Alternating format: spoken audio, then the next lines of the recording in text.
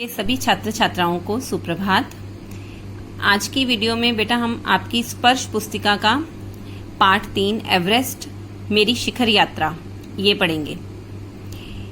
Everest अभियान दल 7 मार्च को दिल्ली से काठमांडू के लिए हवाई जहाज से चल दिया। एक मजबूत अग्रिम दल बहुत पहले ही चला गया था, जिससे कि वह हमारे बेस कैंप पहुंचने से पहले दुर्गम हिमपात के रास्ते को साफ कर सके। जिन्होंने 7 मार्च को दिल्ली से काठमांडू के लिए चलना था, उनसे पहले ही एक दल जा चुका था, जो उनके बेस कैंप जहां से स्टार्ट होनी थी यात्रा, वहां तक पहुंचने से पहले दुर्गम हिमपात कि जो वहां पर भारी हिमपात हो रहा था, बर्फ गिर रही थी, वहां के रास्ते को साफ कर दें। नमचे बाजार शेरपा लैंड का एक सर्वाधिक महत्वपूर्ण नगरीय क्षेत्र है। अधिकांश शेरपा इसी स्थान तथा यहीं के आसपास के गांवों के होते हैं। ये नमचे बाजार ही था जहां से मैंने सर्वप्रथम एवरेस्ट को निहारा, जो नेपालियों में सागरमाथा के नाम से प्रसिद्ध है। मुझे यह नाम अच्छा लगा। एवरेस्ट की तरफ गौर से देखते हुए मैंने एक भारी बर्फ का बड़ा सा फूल प्लूम देखा, जो पर्वत शिखर पर लहराता एक ध्वज सा लग रहा था। मुझे बताया गया कि यह दृश्य शिखर की ऊपरी सतह के आसपास 150 किलोमीटर अथवा इससे भी अधिक की गति से हवा चलने के कारण बनता था, क्योंकि तेज हवा से सूखा बर्फ पर्वत पर उड़ता रहता था। बर्फ का यह ध्वज 10 किलोमीटर या इससे भी लंबा हो सकता था। शिखर पर जाने वाले प्रत्येक व्यक्ति को दक्षिण पूर्वी पहाड़ी पर इन 3 तूफानों को झेलना पड़ता था। विशेषकर खराब मौसम में यह मुझे डराने के लिए काफी था। फिर भी मैं एवरेस्ट के प्रति विचित्र रूप से आकर्षित थी। इससे कठिनतम चुनौतियों का सामना करना चाहती थी। जब हम 26 मार्च को पेरिस पहुंचे, हमें हिमस्खलन के कारण हुई एक शेरपा कुली की मृत्यु का दुखद समाचार हुआ। हिमस्खलन की जहां पर बर्फ जो है खिसक जाती है और स्खलन हो जाता है वहां पर, तो वहां पर क्या हुआ, जो हम अंदर धंस जाते हैं, तो वहां पर एक शेरपा कुली की मृत्यु हो गई। खुम्बू हिमपात पर जाने वाले अभियान दल के रास्ते के बाईं तरफ सीधी पहाड़ी के धसकने से लोहत्से की ओर से एक बहुत बड़ी बर्फ की चट्टान नीचे खिसक आई थी। 16 शेरपा कुलियों के दल में से एक की मृत्यु हो गई और 4 घायल हो गए थे। इस समाचार के कारण अभियान दल के सदस्यों के चेहरे में छाए अवसाद को देखकर हमारे नेता कर्नल खुल्लर ने स्पष्ट किया कि एवरेस्ट जैसे महान अभियान में खतरों को और कभी कभी तो मृत्यु भी आदमी को सहज भाव से स्वीकार कर लेनी चाहिए। कि अगर आप एवरेस्ट अभियान पर जा रहे हो, तो आपको ये हो सकता है कि किसी टाइम भी आप मृत्यु का सामना भी आपको करना पड़े, क्योंकि वहां पर आने वाली बहुत सी चुनौतियां हैं रास्ते में। हमें नहीं पता कि हम कहां पर जा रहे हैं, वहां कैसा रास्ता है। हम पहली बार जा रहे हैं, तो आपको सहज ही वहां पर अपनी मृत्यु को भी स्वीकार करना आना चाहिए। उपनेता प्रेमचंद, जो अग्रिम दल का नेतृत्व कर रहे थे, 26 मार्च को पेरिस लौट आए। उन्होंने हमारी पहली बड़ी बाधा खुम्बू हिमपात की स्थिति से हमें अवगत कराया। उन्होंने कहा कि उनके दल ने कैंप 6000 मीटर, जो हिमपात के ठीक ऊपर है, वहां तक का रास्ता साफ कर दिया है। उन्होंने यह भी बताया कि पुल बनाकर, रस्सियां बांधकर तथा झंडियों से रास्ता चिन्हित कर सभी बड़ी कठिनाइयों का जायजा ले लिया गया है। उन्होंने इस पर भी ध्यान दिलाया कि ग्लेशियर बर्फ की नदी है और बर्फ का गिरना अभी जारी है। हिमपात की अनियमित और अनिश्चित बदलाव के कारण अभी तक के लिए किए गए सभी काम व्यर्थ हो सकते हैं और हमें रास्ता खोलने का काम दोबारा भी करना पड़ सकता है। अब बेस कैंप में पहुंचने से पहले हमें एक और मृत्यु की खबर मिली। जलवायु अनुकूल ना होने के कारण एक रसोई सहायक की भी मृत्यु हो गई। निश्चित रूप से हम आशाजनक स्थिति में नहीं चल रहे थे। एवरेस्ट शिखर को मैंने पहले 2 बार देखा था, लेकिन एक दूरी से। बेस कैंप पहुंचने पर दूसरे दिन मैंने एवरेस्ट पर्वत तथा इसकी अन्य श्रेणियों को देखा। मैं भौचक्की होकर खड़ी रह गई और एवरेस्ट, लोहत्से और नुत्से की ऊंचाइयों से घिरी बर्फीली टेढ़ी मेढ़ी नदी को निहारती रही। हिमपात अपने आप में एक तरह से बर्फ के खंडों का अव्यवस्थित ढंग से गिरना था। हमें बताया गया कि ग्लेशियर के बहने से अक्सर बर्फ में हलचल होती है, जिससे बड़ी बड़ी बर्फ की चट्टानें तत्काल गिर जाती हैं। अन्य कारणों के कारण अचानक प्राय खतरनाक स्थिति धारण कर लेती है। सीधे धरातल पर दरार पड़ने का विचार, इस दरार का गहरे चौड़े हिमविदर में बदल जाने का मात्र ख्याल ही बहुत डरावना था। इससे भी ज्यादा भयानक इस बात की जानकारी थी कि हमारे संपूर्ण प्रवास के दौरान हिमपात लगभग 1 दर्जन आरोहियों और कुलियों को प्रतिदिन छूता रहेगा। दूसरे दिन नए आने वाले अपने अधिकांश सामान को हम हिमपात के आधे रास्ते तक ले गए। डॉक्टर मीनू मेहता ने हमें एल्यूमिनियम की सीढ़ियों से अस्थायी पुलों का बनाना, लट्ठों और रस्सियों का उपयोग, बर्फ की आड़ी तिरछी दीवारों पर रस्सियों को बांधना और हमारे अग्रिम दल की अभियांत्रिक कार्यों के बारे में हमें विस्तृत जानकारी दी। उन्होंने बताया, डॉक्टर मीनू मेहता ने क्या बताया कि कैसे वहां पर आपने रास्ता वहां पर अपना कवर करना है, कैसे चढ़ना है ऊपर, और जो अग्रिम दल है, ऑलरेडी एक दल जा चुका है तो उसने वहां पर क्या कार्य किए हैं, वो दिक्कतें आपको रास्ते में ना आए। तीसरा दिन हिमपात से कैंप तक एक समान ढोकर चढ़ाई का अभ्यास करने के लिए निश्चित था। रीता गोम्बू तथा मैं साथ साथ चढ़ रहे थे। हमारे पास एक वॉकी टॉकी था जिससे हम एक दूसरे की जानकारी बेस कैंप पर दे रहे थे।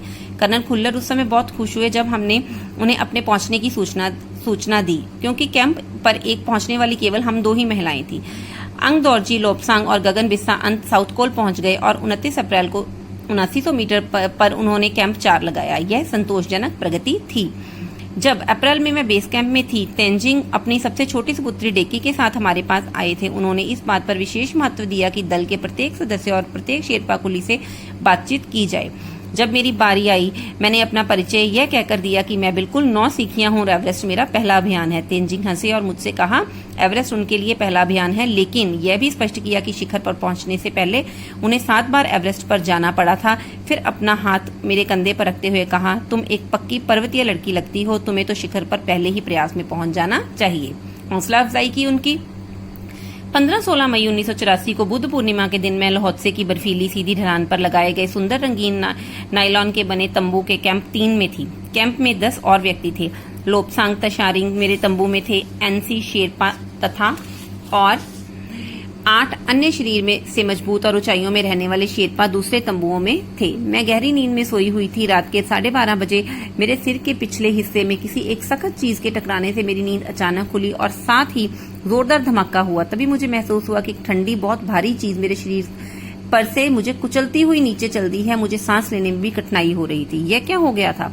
एक लंबा बर्फ का पिंड हमारे कैंप के ठीक ऊपर लहौत्से ग्लेशियर से टूटकर नीचे आ गिरा और उसका विशाल हिमपुंज बन गया था। हिमखंडों, बर्फ के टुकड़ों तथा जमी हुई बर्फ के कारण विशाल काय पुंज ने एक एक्सप्रेस रेलगाड़ी के तेज गति और भीषण गर्जना के साथ सीधी ढलान नीचे आते हुए हमारे कैंप को तहस नहस कर दिया। वास्तव में हर व्यक्ति को चोट लगनी थी, पर यह आश्चर्य था कि किसी की मृत्यु नहीं हुई। लोपसांग अपनी स्विस छुरी की मदद से हमारे तंबू का रास्ता साफ करने लग गए। तुरंत ही अचानक तेजी से मुझे बचाने की कोशिश में लग गए। थोड़ी सी भी देर हो जाती तो क्या था, मृत्यु हो जाती, क्योंकि बर्फ जो थी चारों तरफ आ गई थी और उसको हटाना बहुत ही मुश्किल हो जाता। सुबह तक सारे सुरक्षा दल आ गए थे और 16 मई को प्रातः 8 बजे हम प्राय सभी कैंप 2 पर पहुंच गए। जिस शेरपा की टांग की हड्डी टूटी थी उसे एक खुद के बनाए स्ट्रेचर पर लिटाकर नीचे लाए। हमारे नेता कर्नल खुल्लर के शब्दों में यह इतनी ऊंचाई पर सुरक्षा कार्य का एक जबरदस्त साहसिक कार्य था। सभी 9 पुरुष सदस्यों को चोटों तथा टूटी हड्डियों के कारण बेस कैंप में भेजना पड़ा। तभी कर्नल खुल्लर मेरी तरफ मुड़कर कहने लगे, क्या तुम भयभीत हो? जी हाँ। क्या तुम वापस जाना चाहोगी? नहीं, मैंने बिना हिचकिचाहट के उत्तर दिया। उसने कहा कि मेरा साहस अभी भी बंधा हुआ था। जैसे ही मैं साउथ कोल कैंप पहुंची, मैंने अगले दिन की अपनी महत्वपूर्ण चढ़ाई की तैयारी शुरू कर दी। मैंने खाना, कुकिंग गैस तथा ऑक्सीजन सिलेंडर इकट्ठे किए। जब दोपहर 1:30 बजे बिस्सा आया, उसने मुझे चाय के लिए पानी गर्म करते देखा कि जय और मीनू अभी बहुत पीछे हैं। मैं चिंतित थी क्योंकि मुझे अगले दिन उनके साथ ही चढ़ाई करनी थी। वह धीरे धीरे आ रहे थे क्योंकि वे भारी बोझ लेकर और बिना ऑक्सीजन के चल रहे थे। दोपहर बाद मैंने अपने दल के दूसरे सदस्यों की मदद करने और अपने एक थर्मस को जूस से और दूसरे को गर्म चाय से भरने के नीचे जाने का निश्चय किया। मैंने बर्फीली हवा में ही तंबू के बाहर कदम रखा। जैसे ही मैं कैंप क्षेत्र के बाहर आ रही थी, मेरी मुलाकात मीनू से हुई। की और जय अभी कुछ पीछे थे। मुझे जय जिनेवा स्पर की चोटी के ठीक नीचे मिला। उसे कृतज्ञता पूर्वक चाय वगैरह पी लेकिन मुझे अपने आगे जाने से रोकने की कोशिश की, मगर मुझे की से भी मिलना था। थोड़ा सा आगे नीचे उतरने पर मैंने की को देखा। वह मुझे देखकर हक्का बक्का रह गया। तुमने इतनी बड़ी जोखिम क्यों ली बचिंद्री? मैंने दृढ़ता पूर्वक कहा, मैं भी औरों की तरह एक पर्वतारोही हूँ, इसलिए मैं इस दल में आई हूँ। शारीरिक रूप से मैं ठीक हूँ, इसलिए मुझे अपने दल के सदस्यों की मदद क्यों नहीं करनी चाहिए। की हंसा और अपने पेय पदार्थ से प्यास बुझाई, लेकिन उसने मुझे अपना किट ले जाने के लिए नहीं दिया। थोड़ी देर बाद साउथ कोल कैंप से लाटू और बिस्सा हमें मिलने नीचे आए और हम साथ साउथ कोल पर जैसी भी सुरक्षा और आराम की जगह उपलब्ध थी उस पर लौट आए। साउथ कोल पृथ्वी पर बहुत अधिक कठोर जगह के नाम से प्रसिद्ध है। अगले दिन मैं सुबह 4 बजे उठ गई। बर्फ पिघलाया और चाय बनाई। कुछ बिस्कुट और आधी चॉकलेट का हल्का नाश्ता करने के बाद मैं लगभग 5:30 बजे अपने तंबू से निकल पड़ी। अंगदौरजी बाहर खड़ा था और कोई आसपास नहीं था।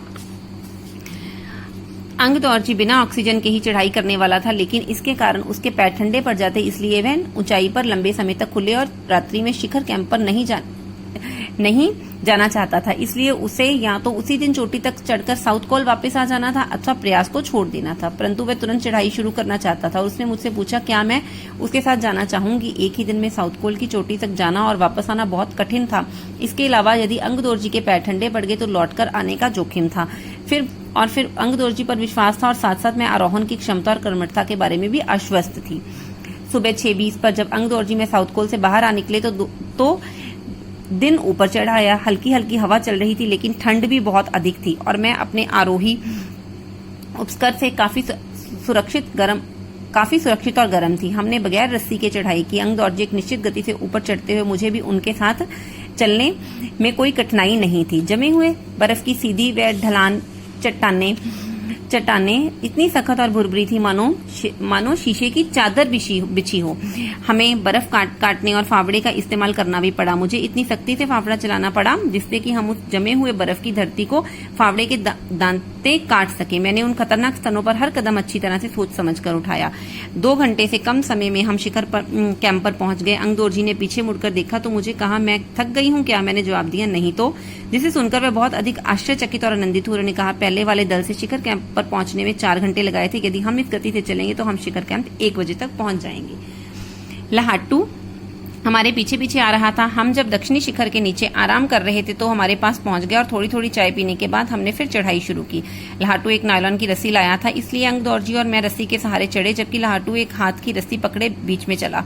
हमने रस्सी अपनी सुरक्षा की बजाय अपने संतुलन के लिए पकड़ी हुई थी। लाहाटू ने ध्यान दिया कि मैं इन ऊंचाइयों के लिए सामान्यतः आवश्यक 4 लीटर ऑक्सीजन की अपेक्षा लगभग 2.5 लीटर ऑक्सीजन प्रति मिनट की दर से लेकर चढ़ रही थी। मैंने रेगुलेटर पर जैसे ही अपनी ऑक्सीजन की आपूर्ति बढ़ाई, मुझे महसूस हुआ कि सपाट और कठिन चढ़ाई भी अब आसान लग रही थी।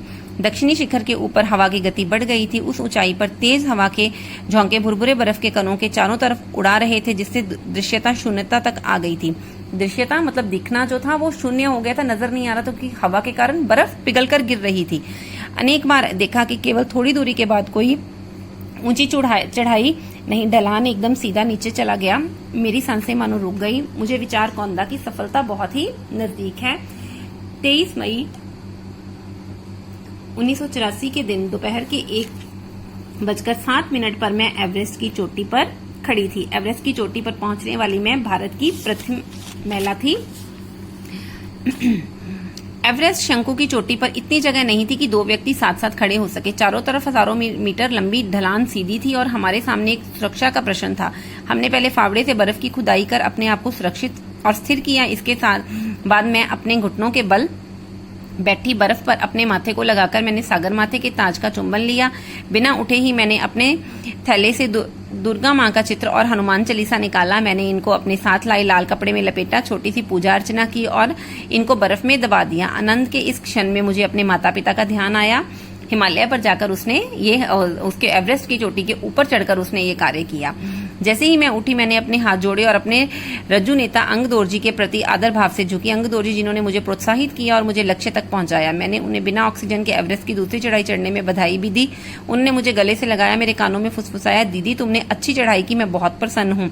कुछ देर बाद सोनम पुलजर पहुंचे और उन्होंने फोटो लेना शुरू कर दिया। इस समय तक लाहाटू हमारे नेता के एवरेस्ट पर हम चारों के होने की सूचना दे दी थी। तब मेरे हाथ की वॉकी टॉकी दिया गया। कर्नल कुल्लर हमारी सफलता से बहुत प्रसन्न थे। मुझे बधाई देते हुए उन्होंने कहा, मैं तुम्हारी इस अनूठी उपलब्धि के लिए तुम्हारे माता पिता को बधाई देना चाहता हूँ। वे बोले कि देश को तुम पर गर्व है। अब तुम ऐसे संसार में वापस जाओगी जो तुम्हारे अपने पीछे छोड़े हुए संसार से एकदम भिन्न होगा। क्योंकि एवरेस्ट की यात्रा उसने की थी तो पूरा भारत देश ही उसको अब याद रखेगा। यहाँ पर बच्चे आपके लिखित कार्य के लिए आपके क्वेश्चन आंसर दिए गए हैं जो आपको लिखित कार्य में भेजे जाएंगे। आपने अपनी कक्षा पुस्तिका में ये सारे क्वेश्चन आंसर लिखने हैं। और नेक्स्ट बच्चे, आपको मैंने प्रीवियस वीडियो एक पहले करवाई थी जिसमें आपको पत्र लेखन मैंने चैप्टर आपको करवाया था कि आप पत्र लेखन का मैंने प्रारूप बताया था कि पत्र 2 तरह के होते हैं, औपचारिक और अनौपचारिक। तो इसमें बच्चे आपको पत्र तो अब कहीं से भी आएगा, मैटर आपको खुद लिखना है, पर आपको ये पता होना चाहिए औपचारिक और अनौपचारिक पत्र कौन से हैं। औपचारिक पत्र मैंने आपको बता दिए थे। अनौपचारिक पत्र बच्चे जिन लोगों से हमारे व्यक्तिगत संबंध होते हैं, हम उन्हें औपचारिक पत्र लिखते हैं। इन पत्रों में व्यक्ति अपने मन की अनुभूतियों, भावनाओं, सुख दुख की बातों आदि का उल्लेख करता है। अंत इन पत्रों को व्यक्तिगत पत्र भी कह सकते हैं। इन पत्रों की भाषा शैली में अनौपचारिकता का पुट देखा जा सकता है। अनौपचारिक पत्र बच्चे वो होते हैं जो हम अपने पिता को, माता को, मित्र को, चाचा को, मामा को, सगे संबंधियों को लिखते हैं। जैसे हमने अपने छात्रावास से आप अपने पिता को पत्र लिखते हुए उन्हें सूचित करें कि आपका छात्रावास में पढ़ाई कैसे चल रही है, या फिर आपने अपने पिताजी से पुस्तकों के लिए आपको पैसे चाहिए तो आप अपने पिताजी को पत्र लिखें, या फिर आपके जन्मदिन पर आपके चाचा जी ने आपको घड़ी भेजी है तो धन्यवाद करते हुए पत्र लिखें, या फिर कुसंगति से बचने के लिए अपने छोटे भाई को पत्र लिखें। ये जो सभी पत्र होते हैं बच्चे, ये अनौपचारिक पत्र हैं जो आप जिनसे आपका व्यक्तिगत संबंध है, आप उनमें लिखते हो। और जो औपचारिक पत्र होते हैं वो मैंने आपको उस दिन बताया ही था। औपचारिक पत्र के अंतर्गत आपने स्कूल प्रशासन को पत्र लिखना है, प्रार्थना पत्र आ सकते हैं, शिकायती पत्र आ सकते हैं, नौकरी के लिए पत्र आ सकते हैं, व्यवसायिक पत्र आ सकते हैं, सरकारी पत्र आ सकते हैं।